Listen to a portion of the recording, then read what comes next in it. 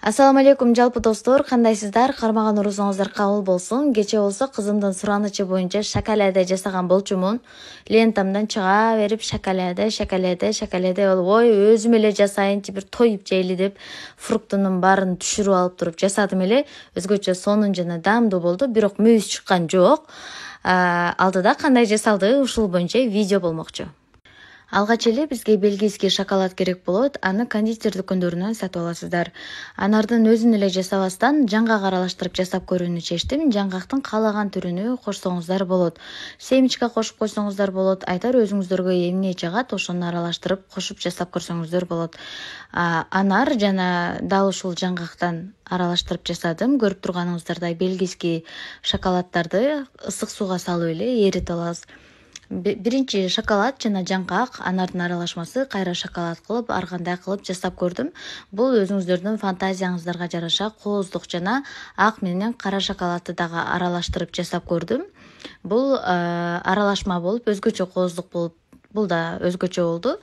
Бирок даамы менен бир эстен тана турган, кайталангыс даам деп бир мындай айта албайм. Кадимки эле анар менен шоколад.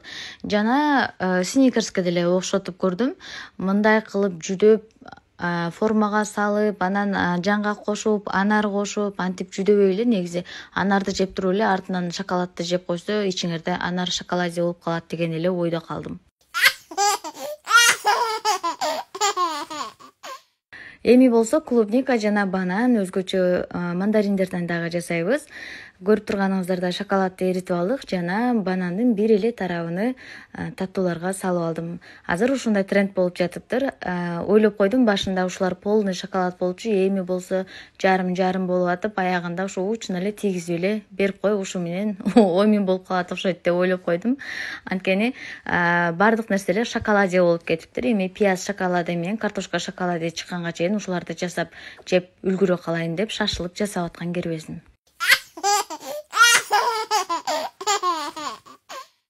Алма менен жасаган шоколаде дагы аябай жаккан болчу. Мен да азыр алма менен жасап көрсөтөйүн десем, алмамдын крышасы кетип калыптыр, ошондуктан аны жасаган жокмун.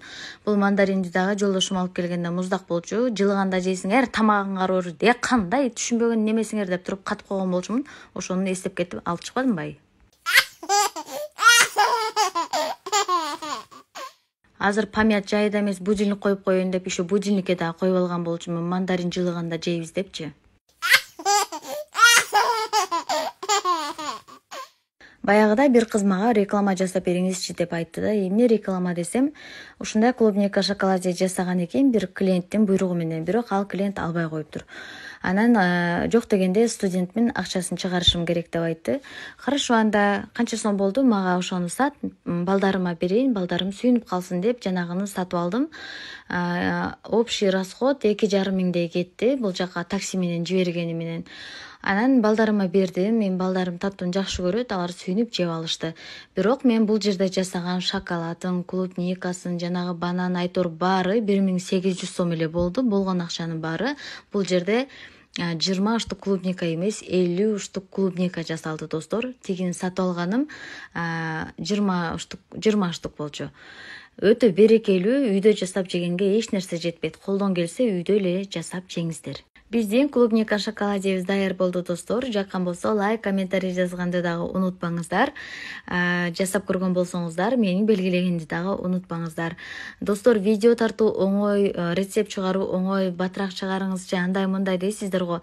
Деги эле видео тартуу, аны монтаждоо, керек эмес жагын кыркып, үстүнөн ушундай монтаждап сүйлөп, сөз таап сүйлөп дегендей монтаждоо бул түйшүк аябай элечи. Сиздерге ушунун баарын көрсөтүп бүткөнчө кызыма бир клубника берип койгом. Эми кебетесин караңыздар.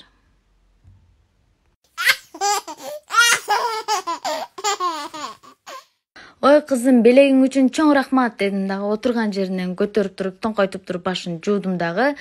Эми тынч отурбасаң шапалактан жейсиң деп туруп ушинтип отургузуп койдум. Кандай экен?